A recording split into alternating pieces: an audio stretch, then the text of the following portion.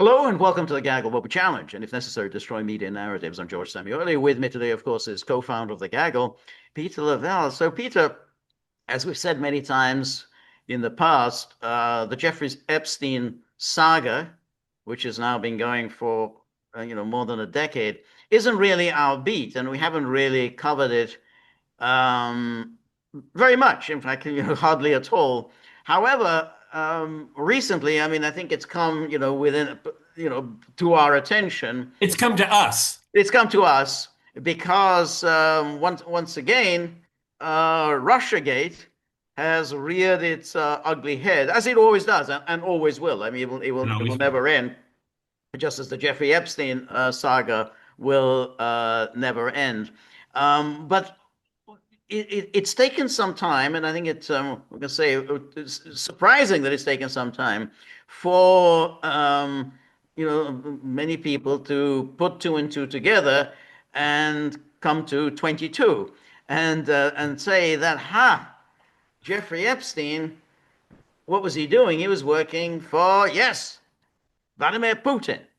And how this came about is, most notably recently with this document dump, which from the DOJ. So the DOJ dumped 3 million documents out there. Now, these documents are just basically lots of people talking about other people and talking about anything at all, and then somebody talks about Russia and somebody else talks about somebody else talking about Russia. So that's the problem with document dumps. Yeah, and the That problem is that this is a dump, and it's up to the reader to bring context to it. Right. And you know what? That is a very, very flawed Very approach. flawed. Because you know why, George? Because you can see whatever you want to see. Exactly, and that's why it's generally a very bad thing. I mean, just when you have, say, criminal investigations, well, they generate a lot of documents. That doesn't mean that there's any, much truth in these documents, but there are a lot of documents, lots of accusations, lots of irrelevant conversations. But nonetheless, this is, media And and that's why prosecutors, given all of the documentations, the leads, and all that, they pick what they think is a solid right, case. right, exactly, Okay, right, for example, war crimes trials. Okay, a million people were killed, but right. a prosecutor, and you know this better than anyone else. Since the destruction of Yugoslavia, prosecutors now look at, well, we know that you were involved in this murder. We Right. know, and they'll put you in prison for one instead Right. of the entirety. Okay, Right. but Right. see, all of our amateur sleuths out there, and I encourage people to interrogate government, obviously, but some of the reactions of some of this, and you've just introduced, oh, of course, it was the Russians. The You Russian. given that there are no guardrails, No, you know, no, no. Yeah. people will latch onto it. Okay. Exactly, exactly. So every time there's a mention, somebody or other wants to get in touch with some Russian, then oh well, because supposedly Putin controls what every Russian is doing anywhere at all. So therefore, Jeffrey Epstein was working for Putin. And of course, the irony of it all is that there'll be documents suggesting that Jeffrey Epstein wants to get a meeting with Putin. Which then you think, well, how could he be working with Putin when he needs to get a find out how he can get a meeting, and then he's trying to figure out how to get a visa for somebody. So apparently that you're trying to get a visa for somebody, and yet you're really well in with the Russian government. So, but the Why don't you just go to the consulate and get a that, visa? yeah, that's right. However, of course, the opportunists have obviously battened onto this, and therefore they say, oh well, this answers all the real questions about Jeffrey Epstein. And of course, there is no worse opportunist than Donald Tusk, the Polish Prime Minister, who it's reported that, as you can see here, this is a Reuters story, Poland to probe possible links between Epstein and Russia. So right away you think, well, that's odd. What's it got to do with Poland? I mean, Yeah. What resource does Poland have that no one else has? yeah, I mean, Except for maybe their purely distilled Russophobia. exactly. That's right. I mean, well, Epstein is he's got a living in he lives in New York. He lives in Palm Beach. I don't know how, he seems to have houses everywhere. Lives sometime in Paris. I don't know what it's got to do with Poland.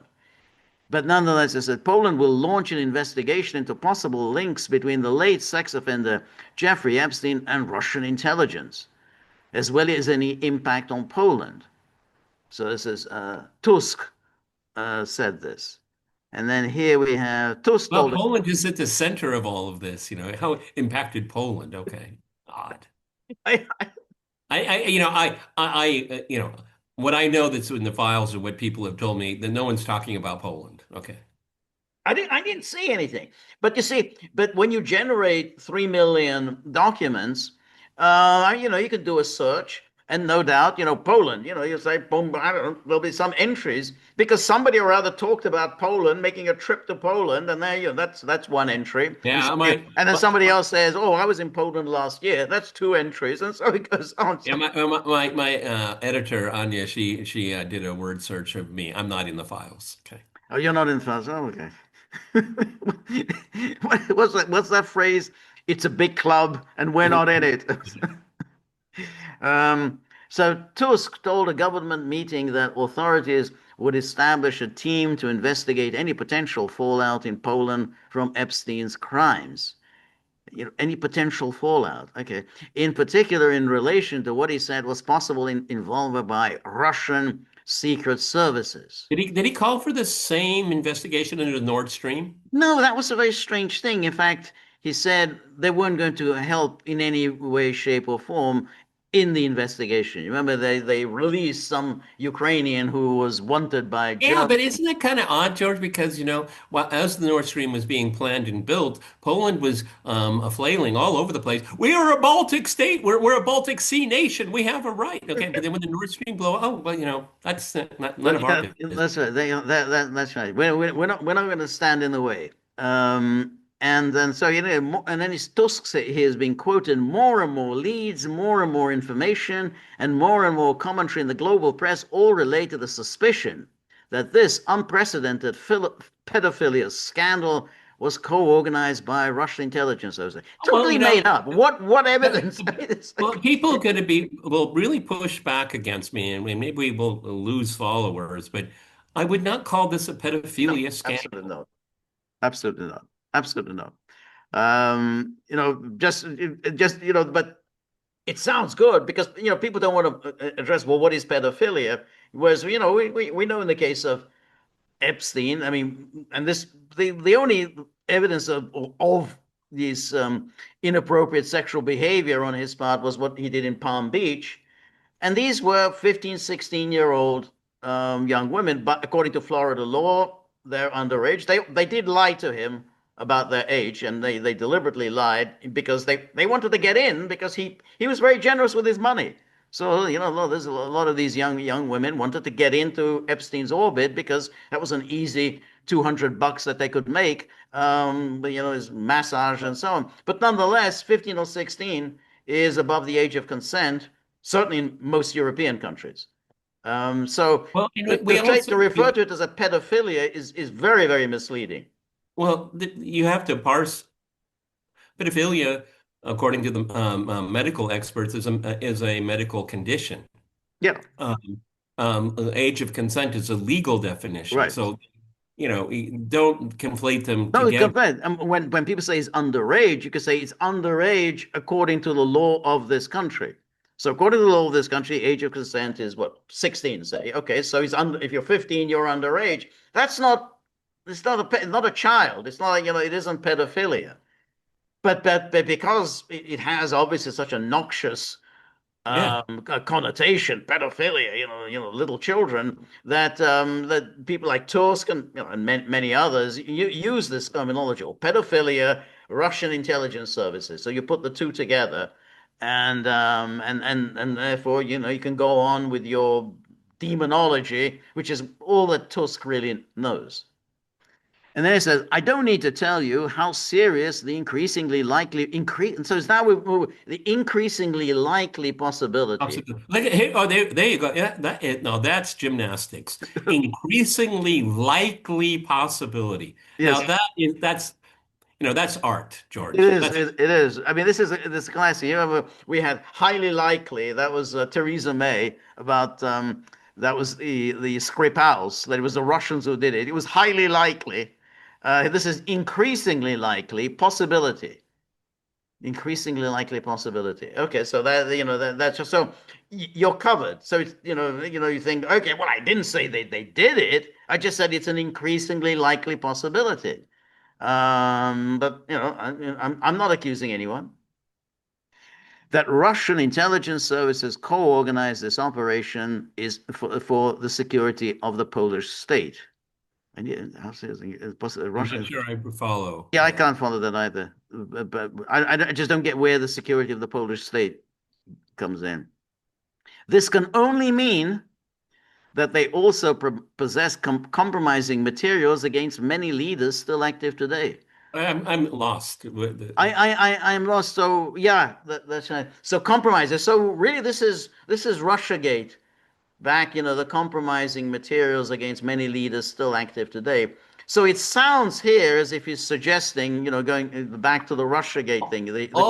So if you're spreading Russian talking points, Putin talking points, you're a pedophile. You're a Yes, pedophile. it's something Pedophile. like that. Yes, yes. But Well, okay.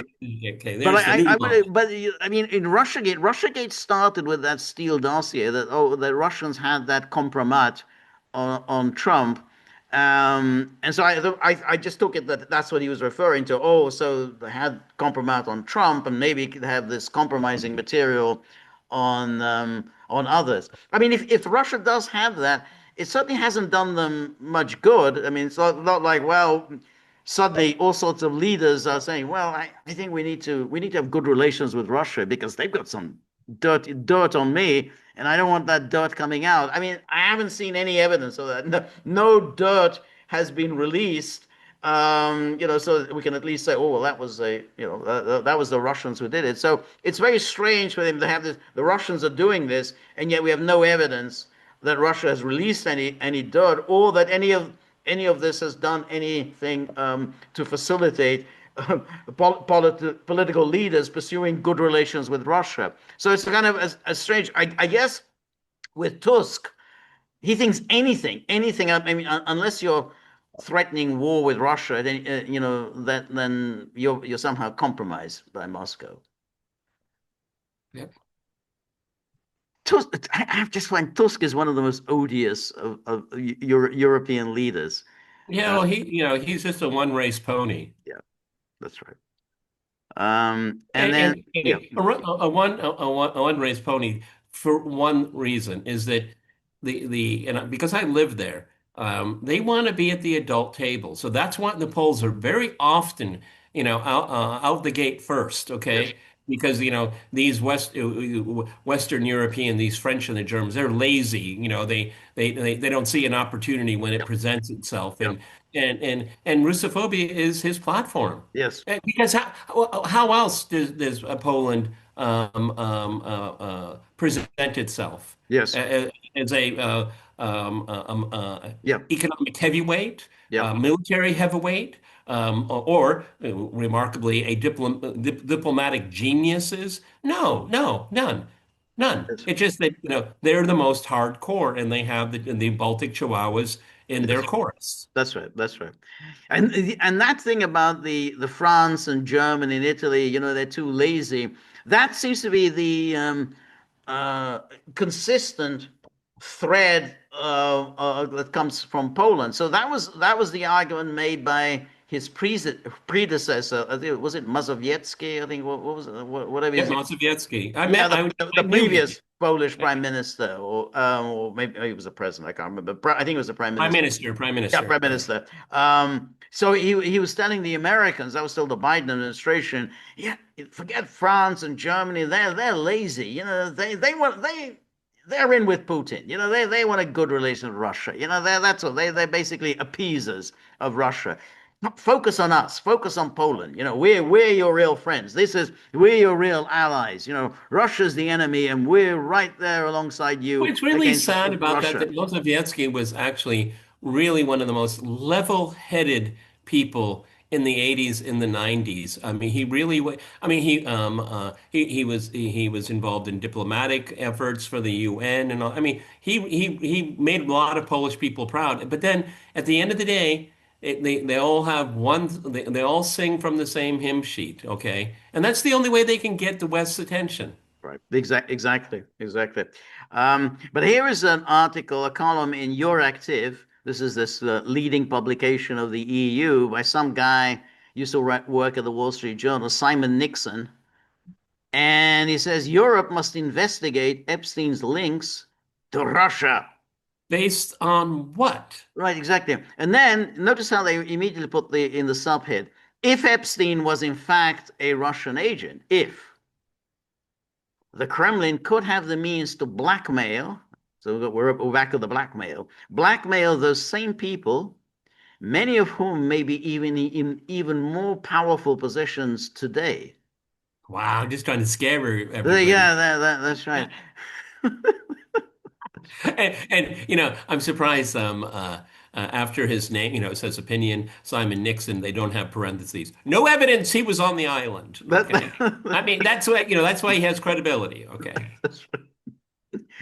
Um, The irony of it all is, because it's always about Trump that they're making these suggestions. But Trump was one of the few people, he broke with Epstein long before the Florida prosecution. So he broke around 2004 or something. So the Florida prosecution was in 2008.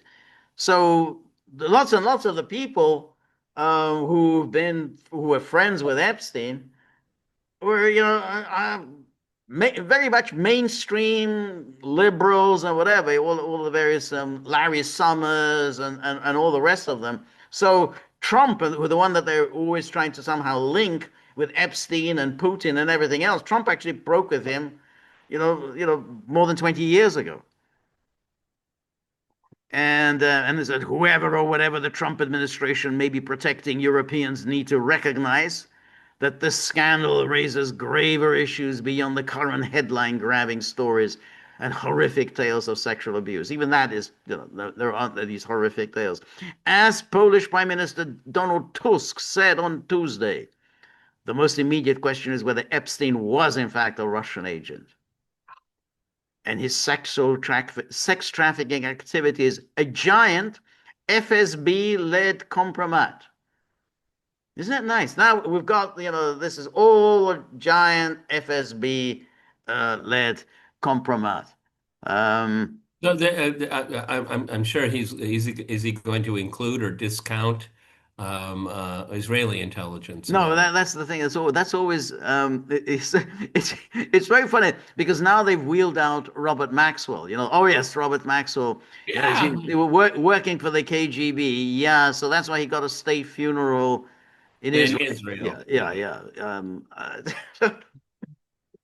No, I mean Maxwell was blackmailing his friends. He had nothing to do with the Soviet Union at the Right, time. nothing to do, but also, if when you look at Maxwell, Maxwell was just a crook.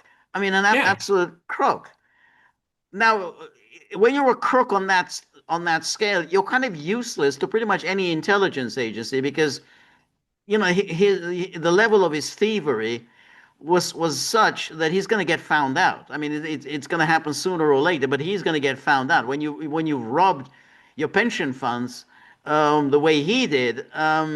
He's going to get found out. I mean, so he's kind of useless for anyone, for KGB, MI6, or anyone else, because he's a liability, not. Well, unfortunate for Simon Nixon and people like him, very lazy intellectually. Well, they already have the template of a Putin agent. Okay, so Yes, they can just roll it out again. right, Okay, right. and it does. It's very reminiscent, isn't it? Yes, that's right. Exactly. That's exactly it. But I saw a tweet. Somebody was talking about, oh, Robert Maxwell was born in the Soviet Union. Think, this is No, the he level was. of ignorance. Robert Maxwell was born in Czechoslovakia. Czechoslovakia, he was a Hungarian-speaking Jew. I mean, that was after Trianon, that of Hungary became part of Czechoslovakia. He's a Hungarian-speaking Jew. He had no connection whatever to the Soviet Union. Now, it's true that that part of Czechoslovakia then eventually, after 1945, did become part of the Soviet Union. But that's long, that's 25 years after his birth. But, oh, he was born in the Soviet Union. I mean, that's the level of idiocy of this kind of commentary. I saw the tweet, George. Good one. Exactly, yes. Yeah. Anyway, here it says there is certainly more than enough material already unearthed in the disclosures to suggest that such speculations cannot be dismissed as mere conspiracy theories. Okay, well, no, that is patently untrue. Okay, Yes, exactly. absolutely and categorically untrue, that Yes. statement. Epstein's own links to Russia appear to have been extensive. Hey, what links? What? So it's every time you mention Russia or Russian or Russians, that's three separate mentions. So that gets in the index. So you say, oh, Okay, word Russia okay. turns up 10,000 times. Okay, I mean, Epstein spent a lot of time gossiping idly, messaging and emailing people all day, every day for years and years and years. Chances are, the word Russia is going to appear many times in all his messaging. You get the impression that one way or another, all of these people, this is what they want, were somehow directed by Vladimir Putin in Russia. But there is all of these people were involved in some kind of conspiracy, and I say that in a neutral way. They Right, knew each other. They were right, interacting. They were right. acting on each other's ideas, money, whatever. But there's no direct link or even casual No, link none, none, none. he everyone Epstein was desperate apparently to make a connection with the Yes, Kremlin, yes, that's right. but no one picked up the phone. No one was No, interested. that's right. No one picked up the phone, um, and that's exactly the point. That all this talk about Putin, the link with Putin, is he couldn't get through to Putin. It's like yo, well, it's like, right, well, maybe I can get a meeting with him. Well, no one seems interested in setting up a meeting between Jeffrey Epstein and Putin. And why would they? I mean, if he has a business opportunity or whatever, then, there's a level at which he can actually meet somebody and discuss the business opportunity. But why would you get to meet Putin to talk about any sort of investment or whatever? It just makes no sense. And this is my speculation here. Don't you think Russian intelligence realized that Jeffrey Epstein, he's involved with some pretty murky people and murky ideas? I Yes. mean, maybe steer clear of this guy. Well, Okay. exactly, because And plus, they probably drew their own conclusions. And I'm not saying Jeffrey Epstein worked for the Mossad, but he certainly had extensive connections with people that were involved in Israeli intelligence, and that's an objective statement. well, And that's I'm subjective. not I'm not making a charge here. Right. Okay. Well, I tend to think that when you are like somebody like Epstein, which is you meet a lot of people a lot of time, a lot of important, well-connected people, the intelligence services are going to take an interest in you. They're Of going to, course. they're going to Of say course. they're in the business of gathering intelligence, so they will approach him and hey, tell us the gossip, tell us what you've heard, tell us what you know about what's going on here, what's going on there. Yeah, so I'm sure he did have all sorts of connections with a Yeah. number of intelligence services. And plus, I mean, he was an asset or he was a spy. No, I mean, he was an ardent Zionist, okay? And if someone from the Israeli intelligence community wanted a meeting and just what George said, hey, how's it going? We're looking forward to seeing you in Tel Aviv. What's the gossip? And he would probably say, I got a lot to tell you. All right, yeah, well, that he probably does. I mean, if he was obviously friends with Barak, so you'd obviously hear a lot of gossip from Barak about, about everything. So, so yeah, it makes sense for a man like him who would have all sorts of intelligence connections. That doesn't mean he was working for any of these intelligence services. I mean, he was just someone who was relaying information. That's how intelligence services operate. They're Okay, well, there to gather intelligence. can you make the argument that he was being blackmailed by the Mossad?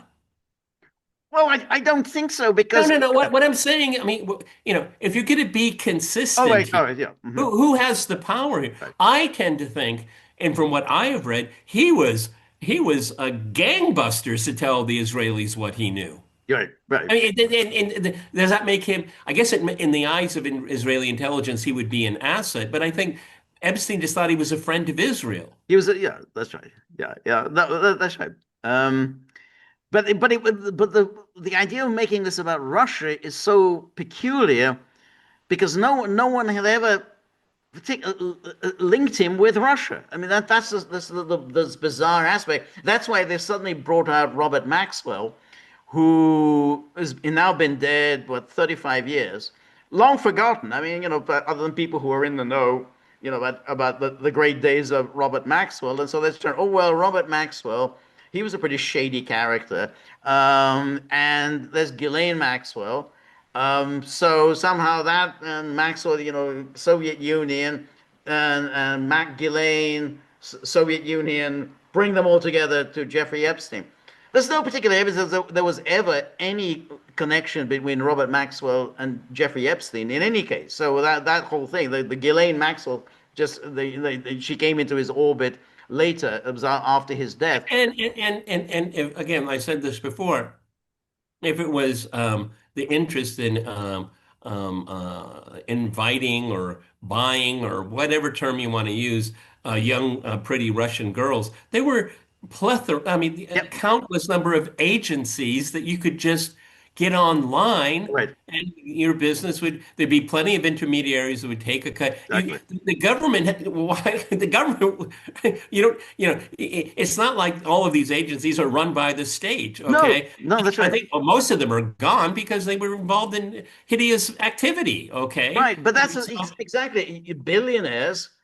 They know how to get visas. You just you throw a lot of money around, and you're going to get visas for a lot of beautiful Russian and Ukrainian they women. just want to learn English. Yeah, exactly. That's yeah. I'm studying. Gonna study in New York, and that's what he did. I mean, and suddenly these were not underage. These were all grown up young women, and they wanted to come to New York, and they were part of the whole Epstein world because Epstein knew that what do men like to do? They like seeing lots of beautiful women around them. They like to be around beautiful women, and that's what he did. He had all these parties, great one for holding parties, and these parties were filled with beautiful young women because people liked hanging around with beautiful young women. That was his way.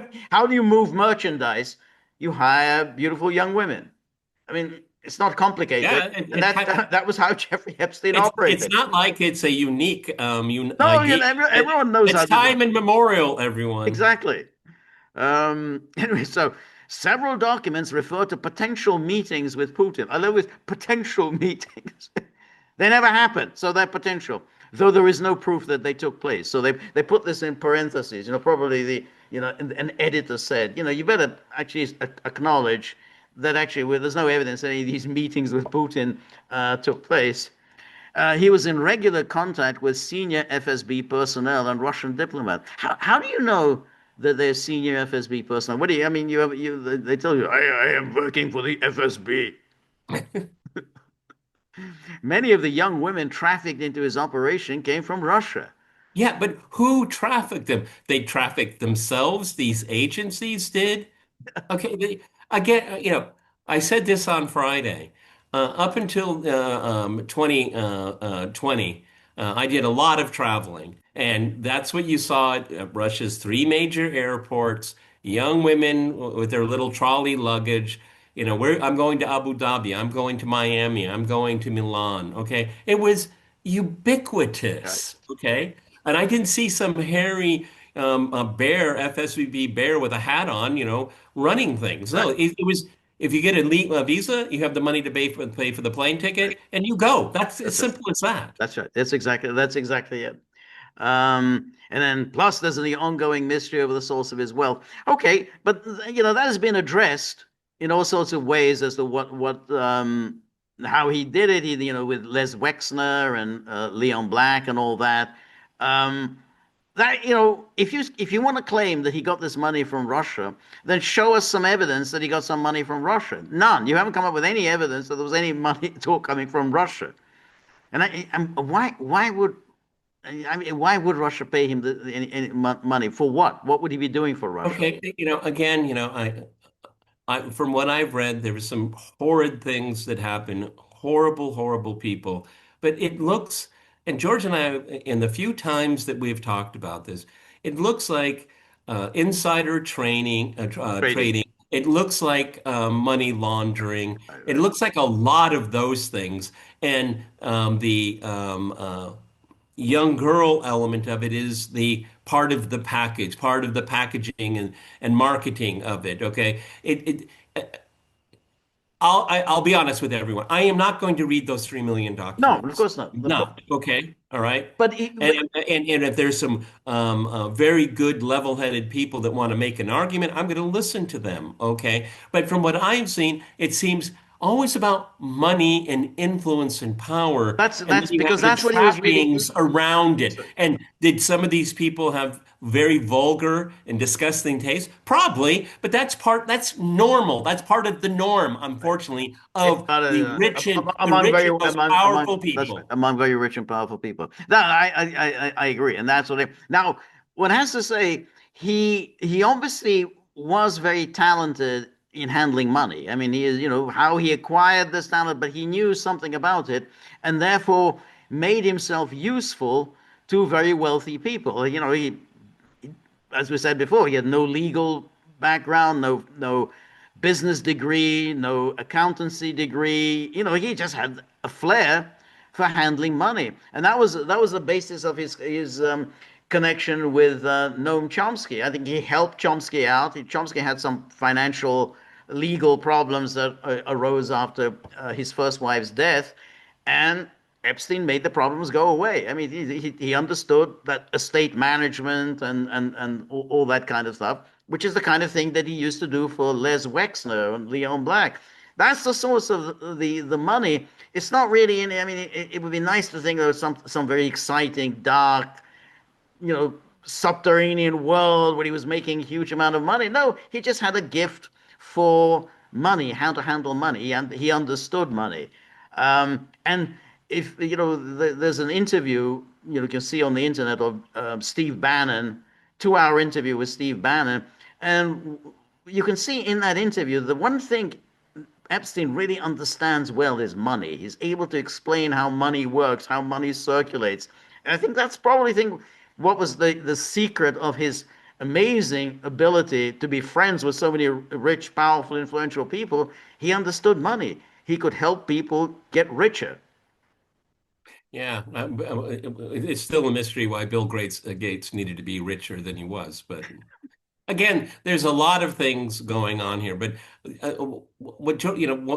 the reason why George and I have stayed away from, being obsessed with this story, like so many people are, and they will be for a long time. Okay, because it's very salacious Right. and people like talking about it. Right. Okay, George and I kind of an exception. We don't like No, talking about it. exactly. That's exactly it. And then whether Epstein was a Russian agent is clearly a critical question for Europeans. It's a question. What's the question? Um, Everyone's persecuting me, George. that's Everyone's right. against Yes. me. So Europeans, what did we do to anyone? Okay, jeez. I mean, the Europeans historically probably the most ferocious exploitators in history. Okay, so come on. Yes. Uh, Firstly, as Tusk said, because many young European women may have been trafficked to America as part of his sexual exploitation operation. Um, and I mean, well, you know, I mean, you think, well, maybe young European women, but that's part of the doing business. Like if you think about Hollywood, what is Hollywood about? Hollywood is a giant sexual exploitation It's a operation. Always giant has been from its trafficking. beginning. young women were drawn into Hollywood and It's exploited by rich, powerful Hollywood yes. studio moguls. Hollywood was just one huge trafficking operation for Right. men and women. Yeah, exactly, exactly. And secondly, because if the goal was to collect compromising material on leading figures in America, that was the goal. Okay. Then Russia will still have the means to blackmail the same people. So they have the means. So we don't know whether any of this happened. We have no evidence any of this happened. So, but we're already onto Russia that it's in the hands of Russia, and down the road, Russia is going to use this material, whatever it is. Uh, and so this matters particularly at a time when the Trump administration has appeared to have sided with Russia against Ukraine. Oh, that's what this is all. Oh, okay. Exactly. You go, where is this all leading? Yeah. Got it. There you go. We're waiting for the punchline.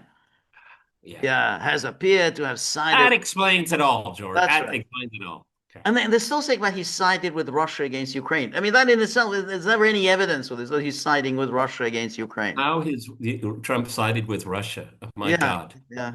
Okay. And I it's mean, if he was siding with Russia, the war in Ukraine would be over. exactly, exactly. That's it. That's exactly it really would have been over within one day. Yep. Yeah, Yep. yeah. And you know what? George and I were hoping.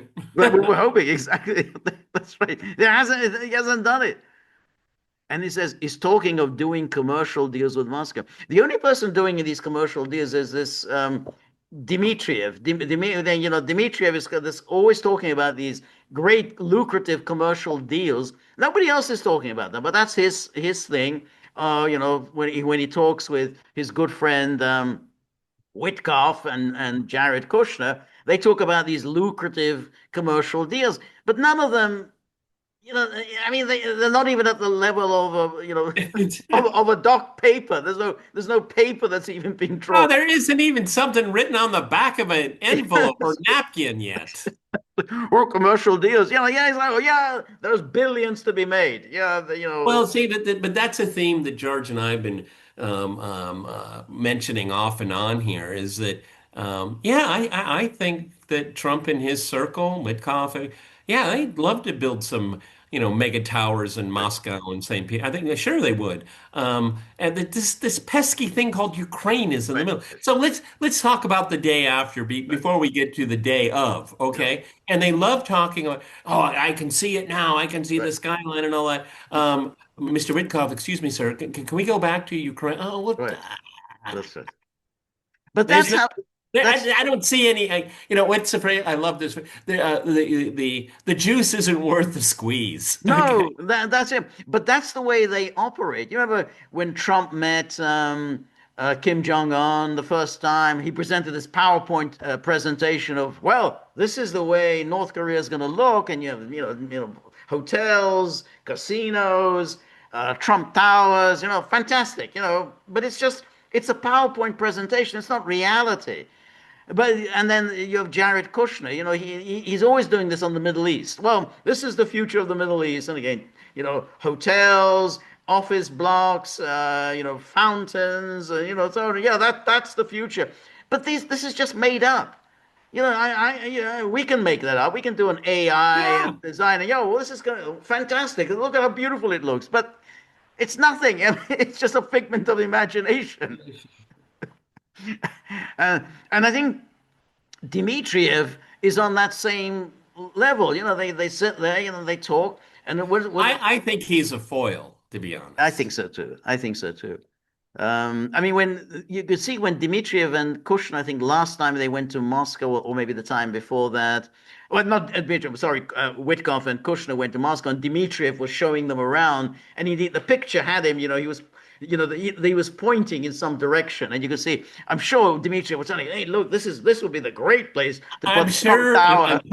I'm pretty sure he was point. See, if you're in the real center of Moscow, north of it, just as you go out of the city itself, there is a huge complex called Moscow City, and it's in English. The Russians call it Moscow City, which I find it to be abhorrent. It's awful, okay? But there are a lot of those people say that look futuristic. Look at that, and Right. it's pretty impressive, Right. okay? I mean, because these are huge structures Right. and they're very modern, which I hate modern architecture. But Right. I'm sure, Witkoff, they're saying, yeah, that's what we want for the Gaza Strip, just like that. That's Yeah. exactly.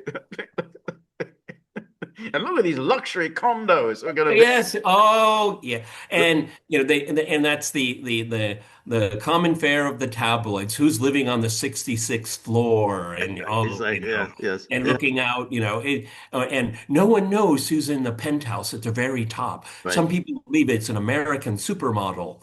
That's right. That's the tabloid stuff. That's right. But it's all fantasy because until you actually break ground, then it's just nothing. You're just making this stuff up. You know, And George, given the laws here, yeah, you can come in, but it won't be yours. yes. Yeah, that's Okay, you can have a piece, right. yes. Oh yeah, Right. oh yeah. But see, in Russia, if you have a 49% stake, it means nothing. Right. That's right. That's yeah. That's right. And then there's the question of the support Epstein appears to have been given to the far right parties in Europe. So you're covered. You've Well, got hey, wow, yeah, Epstein. this is breaking news. I had no idea about this. Keep going, George. Yeah, I didn't know about this either. I mean, yeah, exactly. So what far right? I missed that. You know, his links with the far right. The far right parties in Europe seeking to undermine the European Union, and a key strategic goal for Putin. He was in regular contact with Steve Bannon. Okay, so so that I said that's the link. So with Bannon, but we know why he met Bannon. He went to Bannon and said, "How do I rehabilitate myself?" And Bannon, he said, "Okay, well, I can show you. You have to pay me." I'll give you public relations advice. And that was the link between him and Bannon. Bannon was, giving him instructions on how to rehabilitate his image. And they were practicing various interviews that he would be giving 60 minutes. And, that they went through that whole, how do you answer this question? How do you answer that question? That's why he hired Bannon. It was not because he was any sort of a link to the far right populist parties or any populist parties. It was Epstein wanted to rehabilitate himself in order to get Okay. back in with all those powerful, rich, powerful people who no longer wanted to have anything to do with him. Steve Bannon was not Trump's first chief of staff. He wasn't his chief of staff. He was an advisor, but he was He was only an there for, advisor. he was a Yeah. strategic advisor, but he was only there for 1 year before Trump fired him. But after his that experience, Bannon was very skillfully presented himself to the world as the master of public relations, master. He is the master populist political party creator. And people did go to him, and I think he made a lot of money on that. That's he's the expert. And I think that's why Epstein turned to him, and that's the basis of why they conducted all these prolonged conversations, which was how do I rehabilitate myself? And I guess the conclusion probably was there's no way you can rehabilitate yourself. It's kind of too late now. Yeah. But No, and seeking to build a pan-European far right anti-EU. Well, and you know more about Bannon than I do. I mean, he's sympathetic, but he's not building an alliance or a no, coalition. I mean, he doesn't really think much about the Europeans, I don't. Steve. I don't think so. I think he is flattered that a lot Yeah, a lot of these European political parties turn to him because they say, "Hey, we want to do what Trump did. How do we do it? Hey, you're the expert on how you can become a kind of a right-wing populist and win elections. So show us." you But know, yeah, so far here, this Simon Nixon, he's no better, if not worse, than all of the conspiracy theorists looking at the Epstein files. exactly the same. I mean, because Exactly. his conspiracy theory is It's really weak. Very Okay. exactly. It's more or less, well, hey, how can I bring in all these different names? And as long as I can put this name and that name, and then I kind of mix it all up together, then you've basically got the Putin, Bannon, far right, blackmail operation, Jeffrey Epstein. It all kind of hangs together. Yeah, because what he's It's doing a in this figment of one's article, imagination. what he's doing in this article is it's very simple, it's very transparent, it's really dumb. Is that we all know the Russians are behind it, and I'm building toward that, not Right, based on evidence, right, but based on this disparate group of right, data point. And right. I'm this genius that's putting it Right. together. He's not doing a very good job No, here, Jeff. I don't think so. I don't think so. But yes, yeah, that's right. He even got that wrong. He was never chief of staff. You're absolutely right. No. Um, and and then he says, and was a powerful supporter of Nigel Farage's Brexit campaign. Well, I mean, I mean, it's like the Brexit campaign had nothing whatever to do with Bannon. It didn't even have anything to do with Trump. The Brexit campaign preceded Trump. I mean, it was in the same Preceded him. year, Yeah. but it had been going on for years and years and years, before that, when nobody really took Trump seriously as any kind of a Well, and political force. I don't even know what Steve Bannon's thoughts were at that time. But I will imagine if say, do you favor the UK leaving the EU? And he'd probably say, yeah, why not? But Yeah, I mean, he never pontificated on it that I no, no, remember. that's Well, right. I don't even remember Steve Bannon before Trump. So, Well, before Trump, he was the editor in chief of Breitbart, right, yeah, and yeah. But I mean, yeah, but that would be like a low level data point for right. me. It's like, oh, he was involved with those. Yeah, that's right. But I wouldn't draw No, no, any no, no, grand no, that's right. conclusions about what he thought. That's right. And Exactly. Breitbart was a very, very peculiar and Yeah, very specific right. inter a, a war within the conservative Right, movement. It exactly. didn't even, I mean, they wouldn't talk about 99% of things. They talked about the Civil War within That's right. conservative It was movement. exactly that So because that was that. how that, would that apply to Brexit? Oh, I think so, of course. That's right. Okay. That's right. And Nigel Farage now seems to have completely, Yep, 180. Yep. lost his head. He used to be quite sensible, but now he's also putting out this nonsense that Epstein was a Putin operation. Well, it may be a Putin operation. Back in 2014, Farage was quite sensible. He was, at the time of Maidan, he was saying, "Hey, this is really stupid, provoking Russia in this way." Now I think as he smells power, he's tacking towards the mainstream. Bad idea, very bad idea to do that. I think it's a bad idea, and this is a trend in the Western world. Okay, George and I have talked about how Trump's public opinion ratings they're in free fall, and Yep. they are.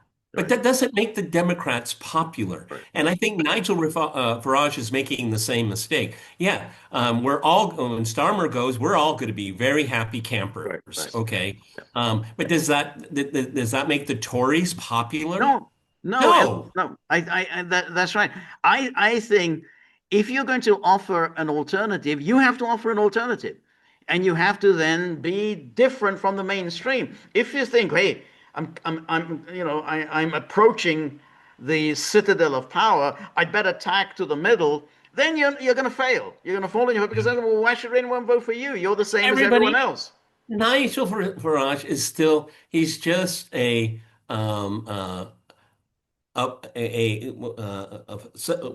marketing, he's repackaging Yeah, neoliberalism. I That's think all he's doing. Yeah, yeah, just bringing back the whole sort of Thatcherism.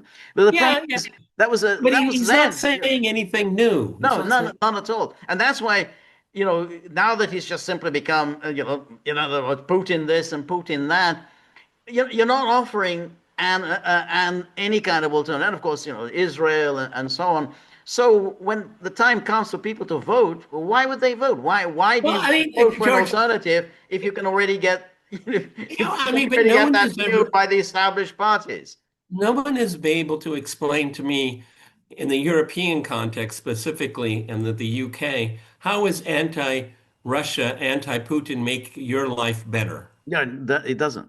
It doesn't. It, Yeah. it, That, the question answers itself. exactly. And why it's so bizarre is that this is an opportunity for an alternative party like Farage's to say, yeah, well, we're different. We're not going to wage stupid wars. We think it's stupid to get ourselves into a dangerous conflict with Russia. That would be an alternative. And I Where think is that would, Jeremy? and I think that does have that message would resonate. I think Jeremy Corbyn with his new party will be given a serious look. But okay, that's not the topic at Right. hand. Go ahead. That's right. Yeah. Yeah. And then here we have before Epstein's 2019 death, European governments knew about Russian attempts to undermine European unity through disinformation and support for far right populist parties. They didn't take it seriously enough.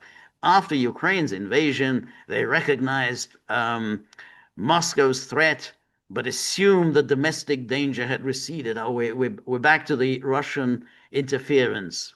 Yeah, yeah, yeah. Now the threat has re-emerged in the form of active support for far-right parties from the Trump administration, alongside others whose names appear frequently in the Epstein files. Oh, come on. Who are these names? You know, Larry Who Summers. are these names? What name? Bill Gates? They're the names who appear in these files. I don't see these far right figures in these files. No, I Is mean Odubon Alice mentioned? Liddell. I don't think Alice Liddell was part of Epstein's orbit. I don't think Nigel Farage was part of his orbit. Look, if you look at, okay, again, have to be careful. I haven't read all 3 million documents. But Jeffrey Epstein and his crowd, they're not politically partisan. They seem, they seem intensely selfish Right. and self-absorbed. Yeah, exactly. Have you seen any politics in No, it? and that's a very interesting issue that for all of that, there aren't too many politicians as politicians in that orbit. It's a lot of people with money, a lot of people who are kind of influencers or use their money influencer. I mean, someone like Mandelson. What is the distinctive characteristic of Mandelson? It's not any kind of politics or ideology. It's money. It's money, money, money. He loved money.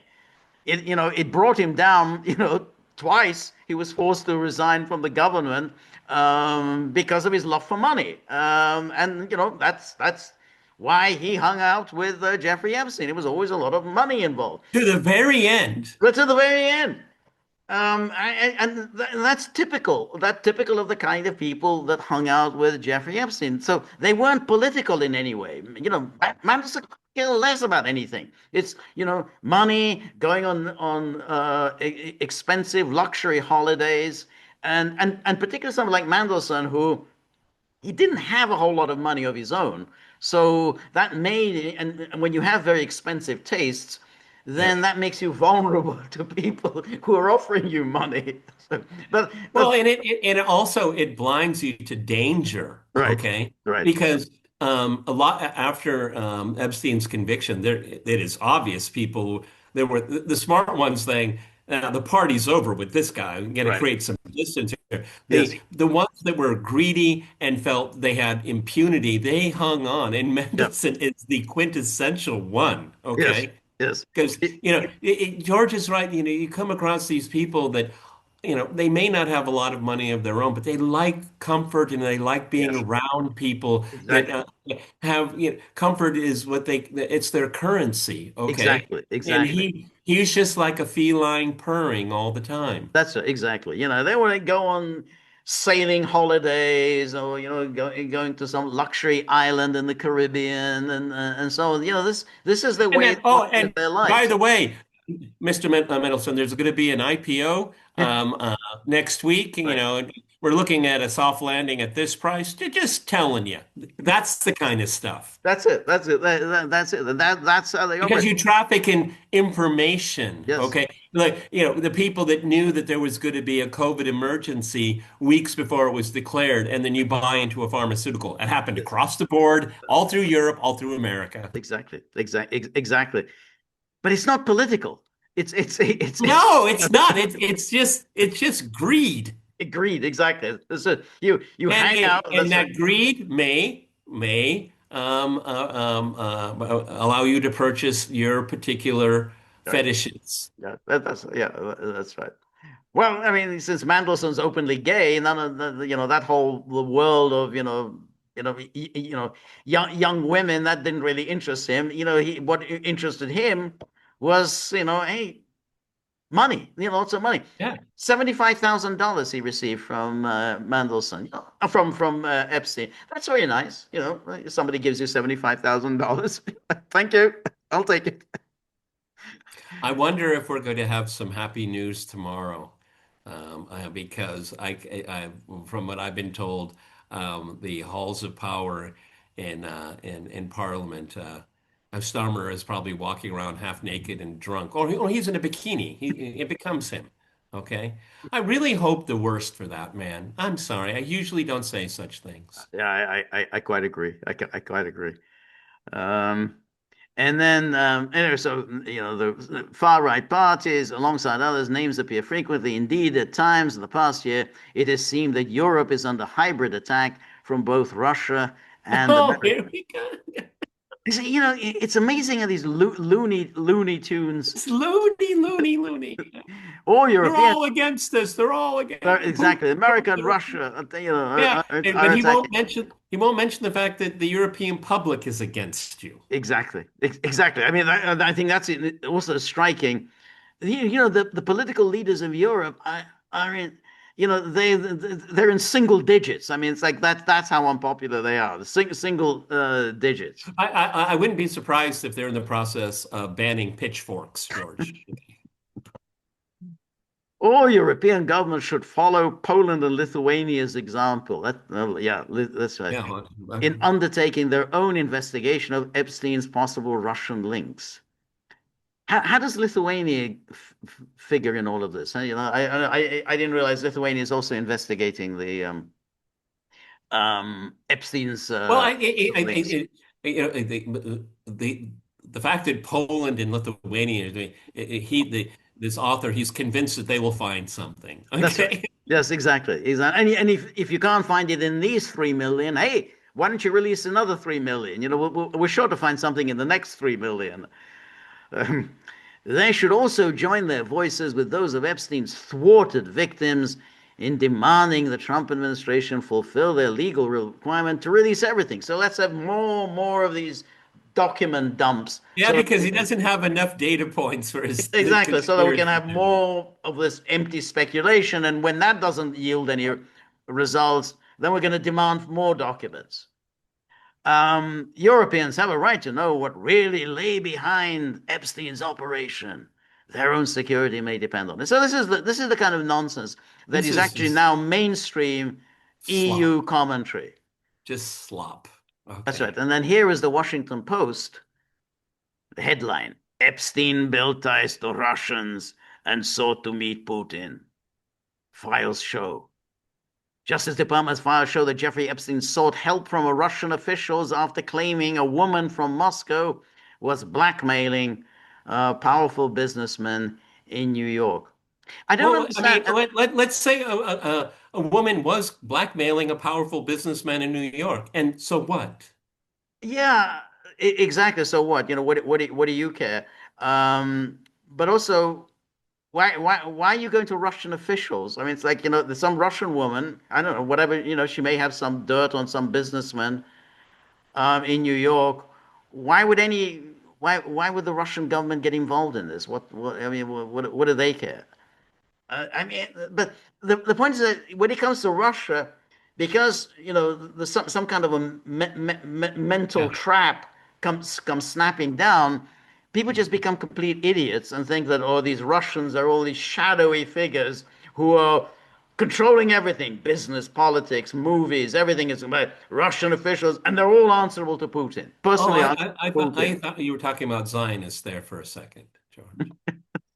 No, everyone here, you have the title, and then you have the subtitle. Justice Department files show that Jeffrey Epstein sought help from a Russian official after claiming a woman for. I mean, if if the subtitle is supposed to be the kernel of the No, story, there's no reason to continue reading. no, that's right. And then it says senior Russian officials and business figures, including a former graduate of the Russian Federal Security Services Academy, cultivated relationships with Jeffrey Epstein,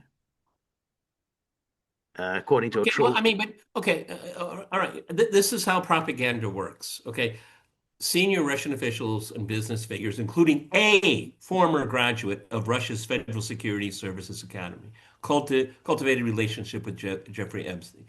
Well, on its own, that is innuendo that there could have been Right, something nefarious. What right. if this guy actually was a graduate? He left 20 years ago Yeah, and that's he's living in Mar-a-Lago next to Donald Trump. right. Okay, what I'm just saying is that it's not a very No, fulsome description here. It's very no, specific and it's very parsed. right. Oh, Now, I don't know who this person is. right. George once visited Paris, okay, in his youth. Oh, he must have been behind the riots in '68. That's right. That's right. Well, but also, what is cultivating relationships? Jeffrey Epstein devoted his entire life to cultivating relationships with people. That's what he did. That was his whole the raison d'être of his existence, emailing and messaging important people. Chances are that within that, this huge trove of friends, acquaintances, contacts, there were Russians. I mean, that's it. As I'm sure there were Frenchmen, Germans, Poles, whatever. I mean, that's I mean, that's who he was. That's how he operated. It's what George and I said about the so-called Russian meddling in the 2016 election. Maybe there was, but how much more of it came from Israel, Yeah, came from Turkey, and came from The Qatar, UK, the United the Kingdom. Yeah, UK? yeah, Okay. that's So if you never mention that, no. and then you say, well, the Russians did this, and it's but nobody, the assumption, nobody else was, That's right, just exactly. this. That's it, exactly. And that's the only way you can measure it because you say, okay, well, you make this claim about Russia. How does that compare with other countries in a US election? Because, and then you're going to find that just about every country interferes in US elections, always had. And so therefore, that's what you have to compare. But by not comparing it and just simply focusing on this Russian or that Russian, and you're saying, well, no, nobody else does this. No, no, no, nobody else does this. Um, like they had that. You remember that woman? This is from RussiaGate, 2016. Remember that woman who got an appointment with I think it was Jared. Oh, was it Oh, Donald about the Donald adoptions. Jr. And so Yeah. on. All of that. This happens all the time. Yep. People manage to snag an appointment with somebody around there pushing. And it's an ambush. Okay. Exactly. They're pushing their own agenda. It's nothing to do with Russia. They were pushing their own agenda. And then once it became clear that this meeting wasn't going to do anything for Trump, the Trump people brought the meeting to an end. Don Jr., Jared, I think, and that's it. Well, there's no point. I mean, she's just pushing her own agenda, and there's nothing to do with us. And who let her in? Find out who let her in. Exactly. So here we have the documents reveal that several high-profile Russians met and corresponded directly with Epstein, and that Epstein made repeated efforts over multiple years to arrange a meeting with President Putin. Multiple years, he made repeated efforts to arrange a But meeting. no, George, he was an agent. So how, what? You're an Explain. agent, exactly. Why? I mean, Huh? Huh? I'm sorry. You're going to have to take this home and rewrite it, George. Okay, you it failed. doesn't make any sense. No. First of all, an agent doesn't get to meet Well, the head of state. I mean, what is high profile? yeah, A yeah, bouncer at a bar? He's high right, profile. exactly. Okay. That's right.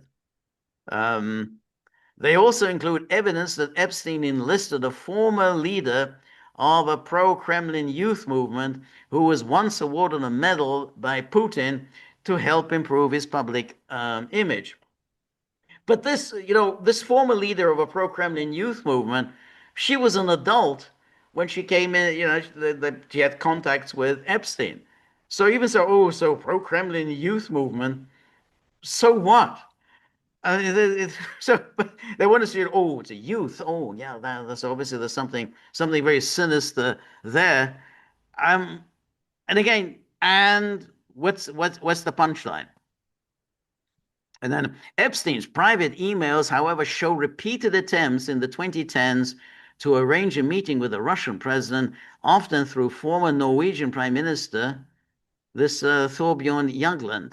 There's no evidence in the Justice Department of files that such a meeting ever took place. Now, to be honest, I am a little baffled. If you want a meeting with a Russian president, why do you go to a Norwegian prime minister? I don't. I mean, do Norwegians have a particular entree in the Kremlin? I don't get why you would expect a Norwegian to facilitate this meeting. But I'm sure the article will, but what is it? It's highly likely and probable that Epstein was being blackmailed by the Russians. That's right. Okay. But see, these last two paragraphs just they're arguing That's right. against the thesis. That's right. That's right. Um, and then in a 2013 email to former Israeli Prime Minister Ehud Barak, Epstein said he had been invited to the St. Petersburg International Economic Forum, um, an annual conference, but Epstein claimed he declined. But they do this all the time. And my recollection is that any businessman who wants to do some business in Russia, I mean, you get invited to the St. Petersburg International Economic Forum. You go there. I mean, you have It to pay doesn't your mean own no, you way. could be invited. It doesn't mean that you've accepted. Right. It doesn't mean you accept, but I it seems to, I mean, I kind of remember that this came up in the case of Michael Cohen, who was talking about, oh, we're going to build a Trump Tower in Moscow. And I think they told him, hey, come to the St. Petersburg International Economic Forum. Maybe you can find some co-investors or something. So I don't know what exactly they mean. It's just people who want to invest. Fine, you want to invest, come to the forum. You pay your own way, but you're supposed to have money. So what do you care that you have to pay your own way? So I don't know what exactly it says, but Epstein claimed he declined. Well, I mean, I don't know. We claimed he declined. Well, I mean, either he went or he didn't go. It's the problem with these articles here. Can we see the picture of the email that he? I mean, why do I have to trust the author of this article Right, that he declined? right, that's I right, refuse to do that. right. And then referring to Putin, Epstein wrote, if he wants to meet, he will need to set aside real time and privacy. Who's this he? Yeah, Is it Putin? Is the he? If he wants to meet, he says referring to Putin, but I don't understand why would he say he wants to meet? It sounds like you want to meet him. yeah. Well, if Emmanuel Macron wants to meet me, well, set it up. Okay, maybe I have time. I don't know. Okay, but if he wants to meet, all right. He will need to set aside real time and privacy. Okay. Um, and I think why is he talking about this with Barack? I mean that's itself is sort of a mystery.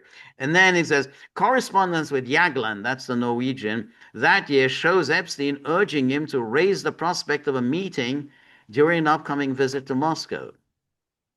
I know you're going to meet Putin on the 20th. He's desperate to engage Western investment in his country. I have his solution. Epstein wrote, follow-up email suggests no progress, with Epstein later complaining he received no response. Why would he? I, but again, I'm sort of baffled by.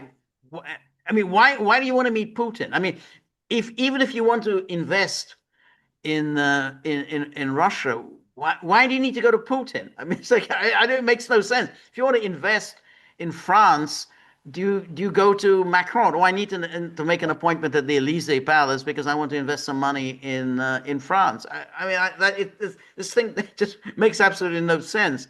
If you want to invest in Moscow, there is a dedicated office with the mayor's office, and they have a website. I think it has in multiple languages, and you can make your pitch. And if it's interesting enough, you can have a meeting with one of the Right, underlings of the mayor, and then if it goes anywhere, maybe you can meet the mayor. right, But right. I mean, Vladimir Putin is like, well, that's the mayor's job. I'm the president. Yeah, that's right. Well, the whole idea is, and it makes very little sense. And I don't even know that Epstein was an investor. I mean, he was a kind of an estate planner, and he looked after people's finances. He's not an investor. He's not like Trump. He kind of builds hotels or whatever. I mean, he's just a Yeah, there's no Epstein Tower. exactly, exactly. Anyway, in January 2014, Jagland, the Norwegian, told Epstein he would be meeting Putin in the southern Russian city of Sochi and asked, "Why don't you come?" The files do not indicate whether Epstein pursued the invitation, but in July of that year, he was still seeking introductions. This is Putin's man. He's still, he keeps. I want this introduction. One contact wrote that he had been unable to persuade a third party to change plans to go meet Putin with you. Um, you know, this thing about this, Russian city of Sochi, that was at the time of that was the Olympics. That was Right. the Winter Olympics. So, I mean, it doesn't, I mean, was he really going to meet Putin, or he was just going to be one of the people who had been invited to whatever, the opening ceremony or whatever, and maybe at some point he's going to be in the same room as Putin is. I mean, that was, during the celebrations of the Winter Olympics. So it says he would be meeting Putin. I mean, is that really a one-on-one meeting, or he's just going to be in the same room as Putin during the Winter Olympics? I mean, it would make sense. Norwegians are usually pretty good in winter sports, so it makes sense for a Norwegian prime minister to be attending, or a former Norwegian prime minister to be attending the Winter Olympics. Um, and anyway, Epstein wrote, "Bad idea after the plane crash," an apparent reference to the Malaysia Airlines Flight 17, which was shot down days earlier in eastern Ukraine.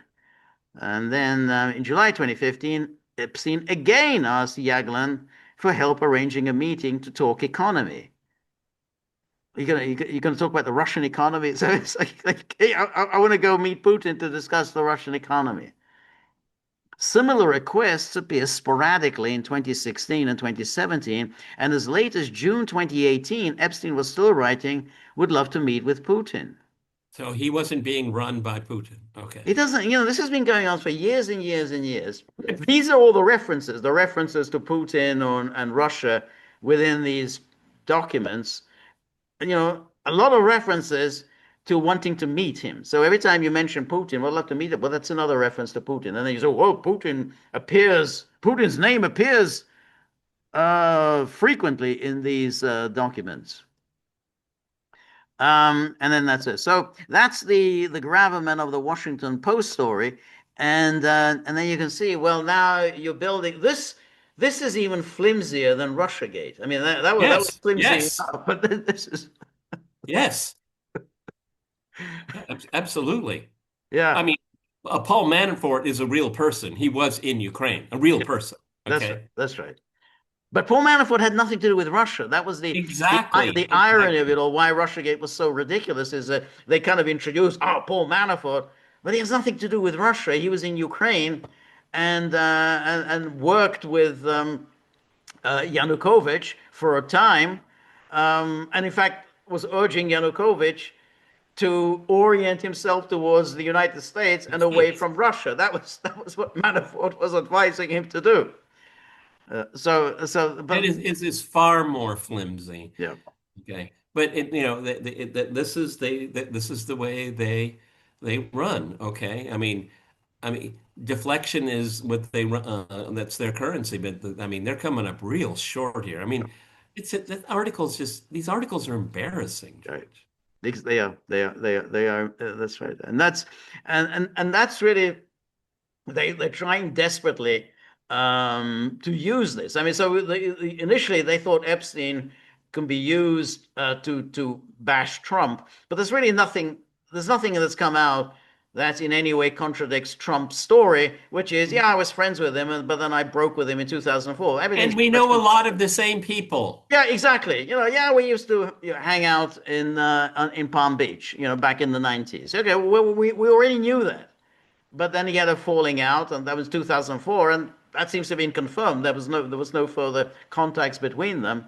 So that since that hasn't worked, you've now reintroduced a new story to it. Ah, the Russia connection. That's it. Oh, a recurring figure in our soap opera. That's right. Yes. Like Putin and Epstein. But this is so flimsy. You think, hey, I gotta get a meeting with Putin.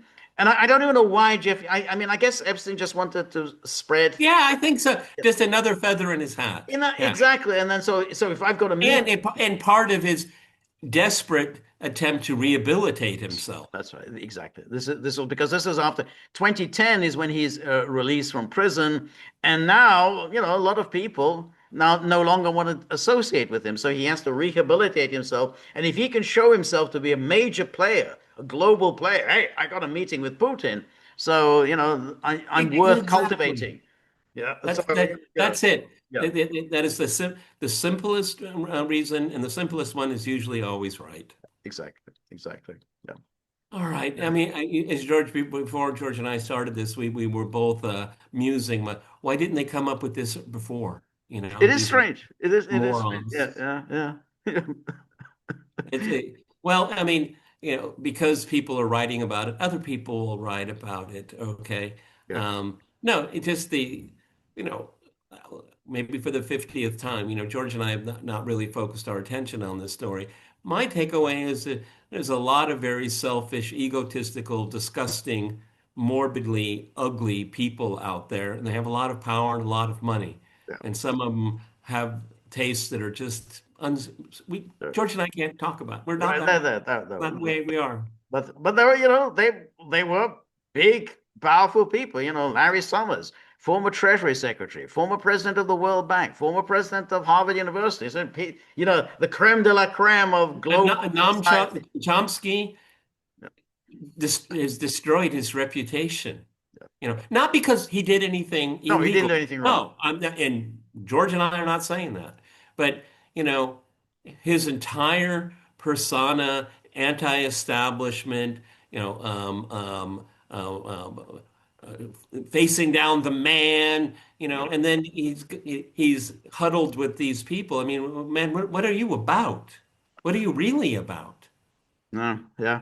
I mean, I guess Epstein provided him with financial advice, and that if somebody can help, you can Yeah, help you. but George just said, what was your relationship with him? And it's none of your business. Right. He said that. That's You right. know, he should say, look, I got a tip that he could help me out of a financial jam, and he did Right. it. Right. Right. Okay. Yeah.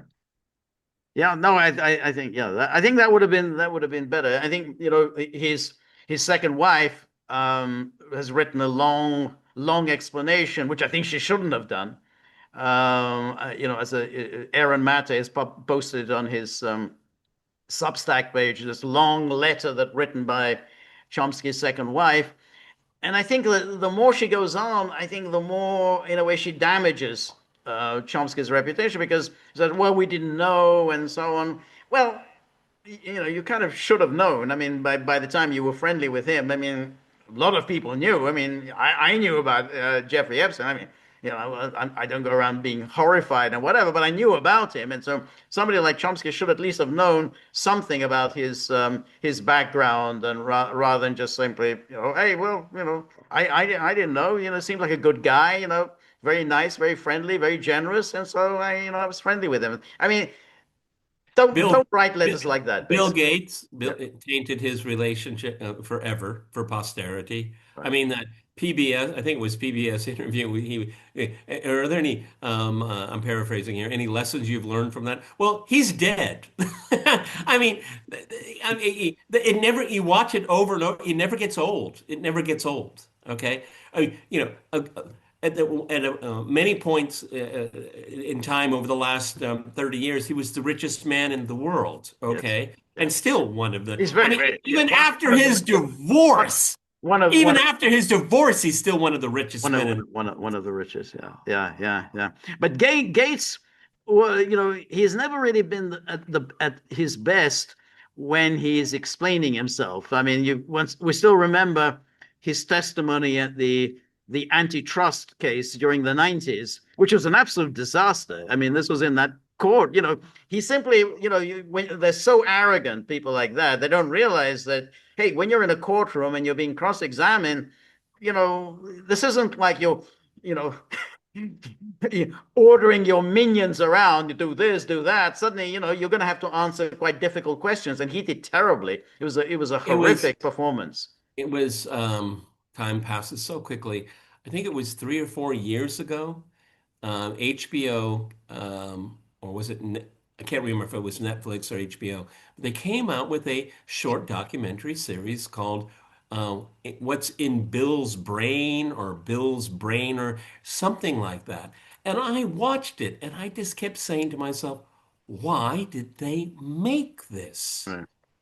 And he was rehabilitating his, Yeah. and his wife was in it, and and it was. I guess they had a reasonably amicable divorce. I mean, she just got a shitload of You money. got to share. I know. Yeah, that's And exactly and right. and I saw the interview that she did a few days ago. I mean, you know what was tattooed all over her face? I'm not casting aspersions on her, but she was, I'm sure, briefed at length of what she can say, what she can't say because of litigation. Because if you listen to what she said, she doesn't say anything except for it's just terrible. Okay, and I'm not casting aspersions on her. Okay, no, all right, but why, now we know why she was in the documentary because this is trying to reintroduce Bill Gates to the world, and it didn't work. Okay, It's as a it's matter of fact, it backfired badly. but it's the second time that Gates has done this, because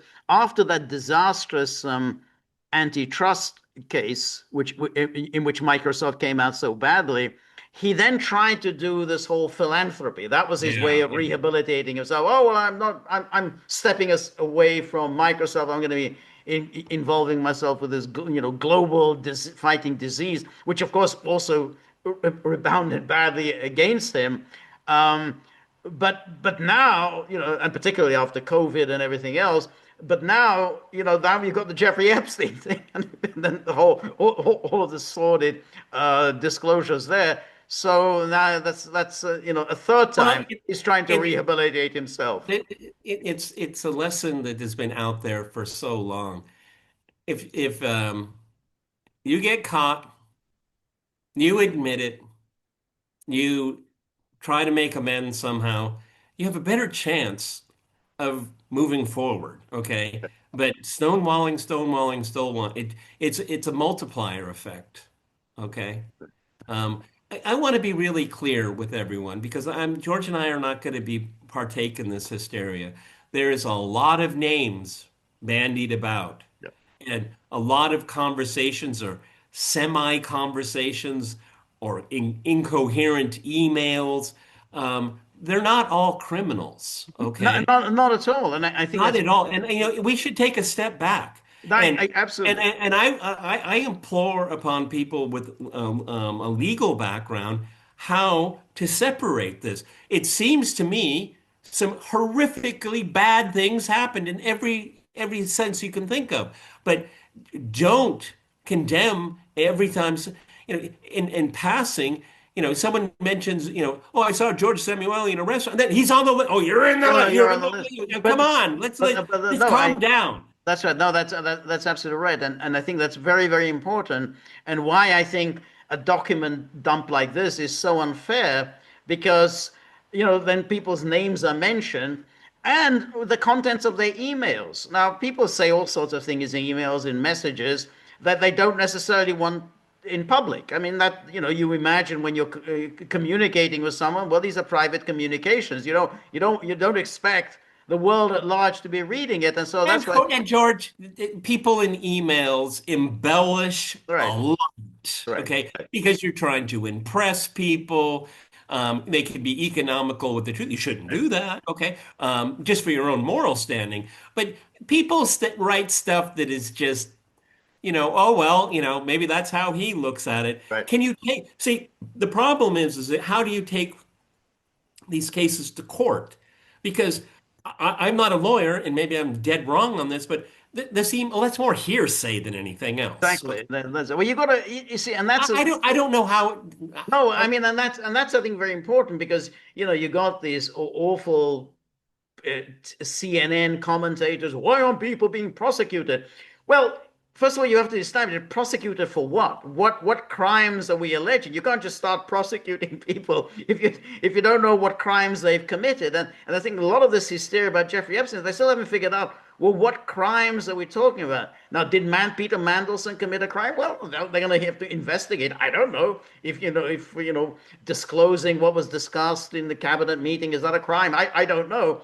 But there have to be quite a complicated investigation as to whether that was indeed a crime. But otherwise, what crime did Larry Summers commit? He didn't commit any crimes. He just wanted to he not wanted that to have I can sex tell. with some colleague. I mean that's let's Yeah, and you're a bonehead to be writing it to someone on Gmail. yeah Okay, yeah. I mean that's the problem I have. And then there's all these other things, and this whole pizza thing. Yeah, I don't know what they're talking about. It doesn't sound good to me. Can you go to court over that? I don't think so. I don't know. I don't have the answer to You're that. gonna I have to don't know. I You're don't gonna. have the I question think you're gonna answer to that. have much stronger evidence than that, and I think that I think is the problem. Just demanding prosecution because you don't like all these people. It's understandable. A lot of people don't like rich, powerful, influential people. It's a natural human impulse not to like those who are doing very well for themselves and indulging themselves. But that's not a crime. Being rich and obnoxious in itself is not a crime. And so this sort of demand for prosecutions is really just hysteria and unfair. And I think a lot of it is unfair. I mean, the case of, let's say, Larry Summers, um, it's a little sordid. He wants advice on how does he get have sex with some colleague. Okay, Epstein apparently gave him some advice, but Yeah, you but don't see, but expect these things to be publicized. I think it's unfair to have embarrassing emails like this they, publicized. what bothers me is that I actually know something about that, about him. I don't like that. Okay. Yeah, exactly, Okay. exactly. Um, Larry Summers is a really interesting example here. What is his wrongdoing? No, Is it illegal to know Jeffrey Epstein? no, exactly, exactly. Are we there? Okay. That's right. That's So, exactly right. I again, without context and even at work, people, did you read this? And I just say, a, a, a, an email is it's like if you have a video and you freeze a frame, All right. and that frame is supposed to tell me everything about what Yeah, happened before and what will happen. that's right. Well, that's not a good legal theory. No, I don't sort of. Again, I'm very torn by it because it sounds like there were some really awful things and awful people and terrible things happened to some people. I get that, okay? But if you want to pull out the pitchfork and you don't want to lose the any kind of normal litigation, you got to be careful, Yeah. okay? Because George and I were waiting for this, the explosion of emotion, All right. okay? Yeah. Yep. If a legal case can be made and you can prove this beyond a shadow of a doubt in front of a jury of your peers, go for it. I say go for it. Right. Well, But don't litigate just on innuendo. but that's yeah. But unfortunately, that's the case. It's everything is done by innuendo and by sort of guilt by Guilt association. of association. That's well, since you were involved in this and you had this exchange or that exchange, you must be guilty of. Well, we'll figure out what you were guilty of. It's apparently you can just sort of invent crimes out of whole cloth, but you can't. You can't. And I think a lot of people. I think it's unfair on them. I think it's unfair that their private personal correspondence has been published in this way. You think, well, I don't know, what you say in private, Did are you say Chomsky in break the private? law? I mean, yeah. Did Chomsky break the law? No, I mean, you Doesn't can't, look like. don't say it. Don't see anything against the law there. So that I think, and I think, What's going to happen here? mark my words. Is a cottage industry that has a shelf life of Forever. forever, No, no, that's absolutely. forever. Because the moment these 3 million documents were And there are more dumped, coming, George. then they say, hey, well, what about the next 3 million? And that's it. That already, because these 3 million, they didn't deliver the goods. Okay, well, the Oh, but it next three gave you an million, that's appetite. gonna But it that's gave that's you an gonna do the appetite. job. It gave you an appetite. Yes, exactly. We want another one. And then, of course, that also will fail to deliver. And then say, oh, there are some others. And there's always going to be documents. They're always going to find there have been so many legal proceedings over the years involving Jeffrey Epstein. There's always going to be some documents, grand jury testimony. Oh, yeah, let's dump all that out there. So you're absolutely right. This is going to go on for And years there's going and to years be and years. there'll be FBI agents looking Yeah, for a payday. Okay. right. Oh, what was it? What was the oh, yeah. What was the name of the prosecutor that prosecuted Manson? He wrote Oh, that oh, blockbuster book. yeah. What Oh, was it his was name? Not Belusi, I think, yeah, it's something like, no, no, no, yeah, the name it's is something something. like Bubba Lucy or yeah, some name like that. Yeah, yeah, that's right. Oh, the Manson thing. Yeah, yeah. But that's the thing. This is going to go on. 20 years from now, 30 years from now, there's still people still going to be talking about Epstein. There's going to be people, people who are, young children today. We'll be talking about, who are just little toddlers today are going to be talking about Jeffrey Epstein.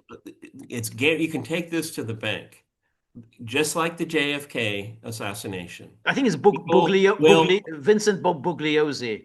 Buglios. Vince George, Bugliosi. Yeah. you're brilliant. Okay. Yeah, but But just like the JFK case, this will turn into who's going to be. It's people are working feverishly into the night to get the first book out on the oh document. yeah, yeah, yeah, yeah. Okay, and there was what was it? I guess it was Chris Hedges. Did he have a guy? Yeah, he had a guy on, and I think the world of Chris Hedges. I mean, he's very progressive left, but I appreciate his intellect. Okay, and he has this guy, and he's a pretty well-known Epstein specialist. It was the most. I couldn't even finish. It was so torturing. It just Chris would say, "Well, what about Trump? And what about?" And the guy would just like meander and meander and meander.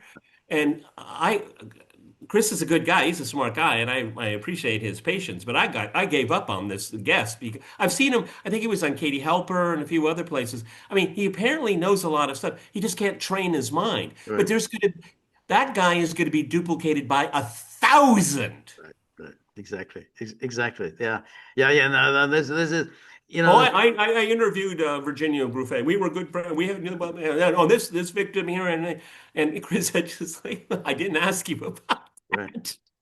Yeah, yeah, yeah. That's right. Yeah.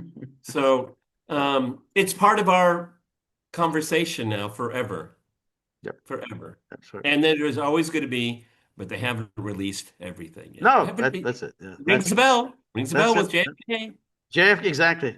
Never, whatever. It's like 62 years on. Hey, there's still some documents that we need to see. And there's always documents. There's always more documents. The Kennedy the Kennedy assassination generated a lot of documents.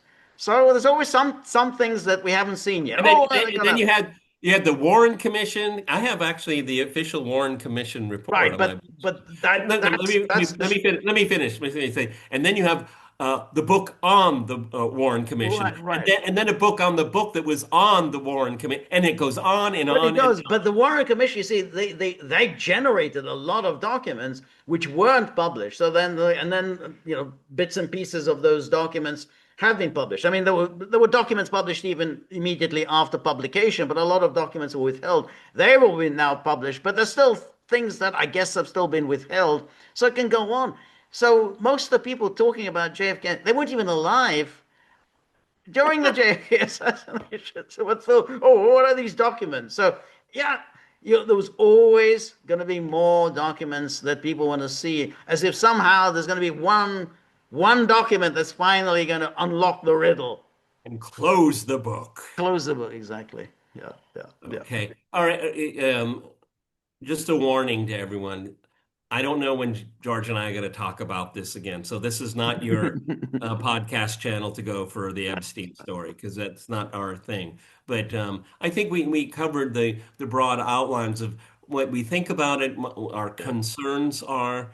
Again, if you can prove someone that did was involved in wrongdoing, throw the book at them. I have no problem with that at all. But what you're creating is a social hysteria right now, and there are real problems to be fixed. yeah, Okay, yeah. and this is clickbait for a lot of people that are very desperate right now. Okay, so I do not see the wisdom of dumping 3 million documents at once. I don't say. Because you know you can like the garbage that George and I would you can weave Right. whatever story you Well, want. exactly. And I think that's why, I think, a lot of people criticize Trump for wanting to withhold this. He was against dumping these documents. And I think that his argument was that this will unfairly hurt many people's reputation. I think it's a very good argument. I think that's right. That's why you don't dump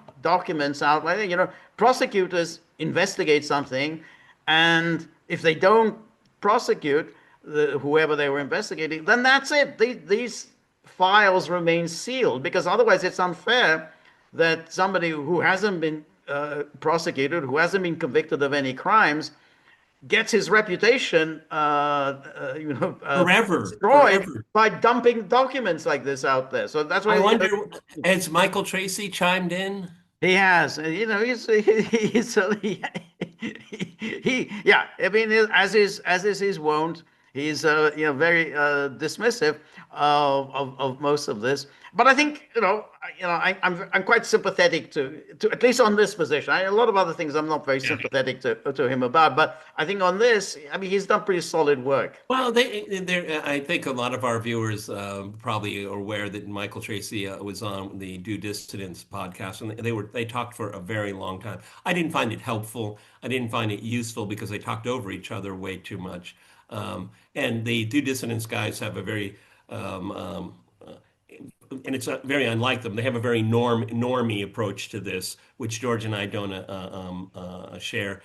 And Michael Tracy, I don't necessarily agree with him, but I think, I'm going to be crucified for saying this. He's a valuable foil. Sorry about it, and I like his skeptical approach. I mean, I do like the hey, let's cut out the hysteria. Let's actually stick to the facts. What do we actually know? What can we actually establish, rather than generating? Because hysteria about pedophilia and child abuse is always with us, and it always kind of bubbles up to the surface, and then everyone goes crazy about it. Then it kind of disappears for a while, and then it again explodes. I mean, people, you remember the 1980s hysteria about Oh, the child sex abuse, and I mean, well, people just went and crazy. California was the epicenter, and Yeah, I was there, and and I was sick. people's lives were Oh, destroyed. what Many was people that? were What was that? sent to prison There for was that years. high school, high Yeah, school. yeah. That That's it was a private school, and it was run by